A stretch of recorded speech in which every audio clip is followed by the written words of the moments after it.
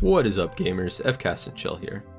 Last month, Jagex released a new boss called the Doom of Mocha Frappuccino, and it's been a really enjoyable time getting to learn the boss and try it out, and it drops some pretty good stuff. It's a challenging in-game boss with a lot of mechanics going on, and it does take a while to learn. You'll get smacked around a lot. But I've grinded this boss for over 50 hours and want to show you guys my loot from it. Before we get into that though, leading up to the release of Doom, I had been grinding Taub really hard because I was still missing a scythe, and after a while this happened. And just doing a couple 416s before work this morning, I got a purple in my name. Stole MVP from a couple scythers, but it's all good. And this is purple number 45 for me. Oh my god, I got it! There it is. Wow, it finally happened. Pretty cool, man. About 2.5 times raid at the 45 purples, but yeah, I got all 3 mega weapons now. Eventually I'll still work on my 2k cape and release more Taub loot videos, but back to Doom for now. So the way the Doom fight works is you start out on Delve 1 when you enter the fight arena, and each time you defeat him, he'll dive deeper into the ground and you can go up a Delve level, starting at 1 all the way up to 8.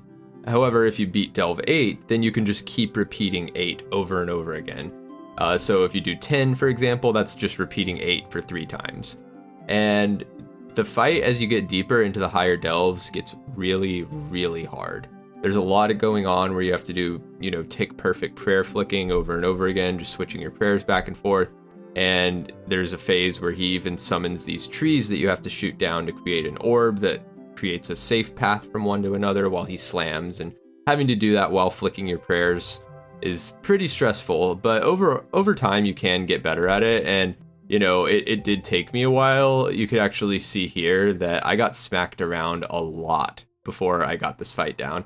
I'm not actually that good at the game. I just play a lot, and you could see here that I was dying quite a bit, but eventually I did get it down after getting beat up for quite a while, and I felt like I was getting more and more confident in the fight. There's still a lot to manage. You have to kill these little grubs as they're going into the boss because they'll heal him and hurt you.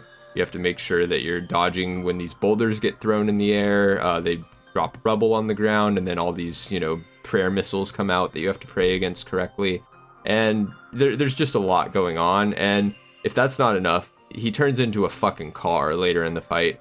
So you have to make sure you don't get ran over and get behind some rocks so you don't get slammed too. So really just a ton of mechanics. I might make a guide for this boss in the future. I still need to test out some of the new changes they've done recently, but I actually love this boss fight. It's been so much fun. And here, after completing a Delve 9, I just got my first unique here at Doom, and that is the Eye of a Yak. So this staff is not quite as good as the Shadow, but it is a 3-tick charged weapon, so it's going to be pretty useful for Taub in particular, and I'm sure it has some other niche use cases as well, but pretty cool. Finally got a drop. One really cool thing about the Eye is if you bring it in your inventory to Doom, then every Delve level that you complete, it automatically charges a little bit. So hopefully while we're going for the other drops, we can just keep bringing it along with us and get a ton of free charges. And actually not very long after I got my Eye, just a little bit after, from another Delve 9, I got the Avernic Treads, so I love to see that. Let's fucking go. And these are what I was really looking for. These are going to be the best in slot boots for all 3 attack styles. And I do have all the underlying boots that you need to upgrade them, so really, really good feeling to finally get these. And well, I say finally, but it was actually pretty fucking quick. I think I'm only at something like 500 total delves at this point, but kind of funny I got both my uniques from Delve 9 so far. But yeah, I got the boots. We're gonna try them out. And here I am attaching my Pegasian boots to my Avernic Treads to upgrade them. There we go. And I need to save up some more demon tiers before I can attach my primordials or eternal boots as well. So that's going to be kind of the next step, which basically means that I'm going to be a claimer for a while after finishing Delve 8 or 9 just to build up the demon tier stack a little bit. Hey, look, we got the pet from a Delve 7. Very nice. It's a pretty cool pet to have, so love to see it. Later, Jagex released the drop rates for this, and apparently the pet is very common if you're pushing into some of the deeper delves, but pretty fucking cool to get the pet already. Man, it feels like this boss just came out and I already have the pet, the boots, and the eye. So really all we need left is the cloth that's made used for making the Confliction Gauntlets, which are going to be the new best in slot mage gloves. So hopefully we can get that soon and be out of here. And I finally saved up enough tears from claiming at Delves 8 and 9. So here's me attaching my Primordials to my Avernic Treads. And then here's the Eternals being attached. So now I have the max Avernic Treads. They actually look not bad. I think they match the Radiant Oath Plate pretty nicely, so gonna be definitely a fashion upgrade from my melee setup. Took a really quick detour here because one of my friends was trying to learn Gauntlet, so I was on voice chat with him helping him out, and I actually got the Corrupted Gauntlet pet. So that's kind of cool too. The pets have just been raining in lately. But yeah, we'll go back to Delve now. After a while, I finally got to the point where I was getting pretty comfortable during the Delve 8 and higher on doing the orb with the double boulders at the same time. Really stressful with everything going on, but once you get enough practice, it actually becomes much easier, I guess, which is just like everything else in the game.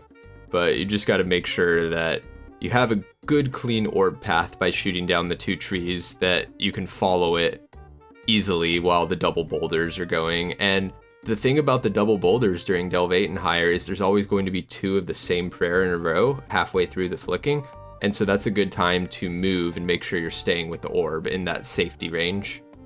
But yeah, getting better at the fight too, love to see it. The combat achievements for this are coming out next week, so it's good that I've been improving as well. And after a bit, I completed a Delve 14, so that was kind of nice. I've seen a lot of people getting drops on the lower Delve waves and not very many people on the higher waves, so at this point the drop rates weren't out, so I didn't know if it was going to be, it actually isn't that much more common on the late ones or not. So at this point, after getting a Delve 14, I pretty much just decided to start claiming at like 10 or 11 every time I finished it. But, that's fine, like just go through Delve 10, claim, and just keep going. Here's some more clean kills, with the triple melee grub that spawns. I was doing an attack where you run in, kill one of the grubs, back out so you don't get blown up on, and just do that for all 3 of them and just get back on the boss. A lot going on here, but man, it's a lot of fun once it clicks and you start just like kind of going through it. Some cool tech here during the car phase too is if there's an acid spot behind the rock, you can wait till right before he slams and then just stand on the poison for a tick and then get back off. So lots of little optimizations and things you can do like this just to make the fight go cleaner. And after not getting any drops for the last like 1,000 delves or so, it looks like we finally got another Eye of Yak. So, I mean, I guess this is at least some money. I mean, I could always sell it for bonds, but yeah, a little disappointing because I still need the cloth, but I'm not going to complain for sure. And really soon after that second eye, we got a third eye here. So now we have 3 of the staff and 1 boots. So yeah, hopefully next one will be the cloth, or at least another boots, because those sell for a shit ton of money, which I'm not going to complain about.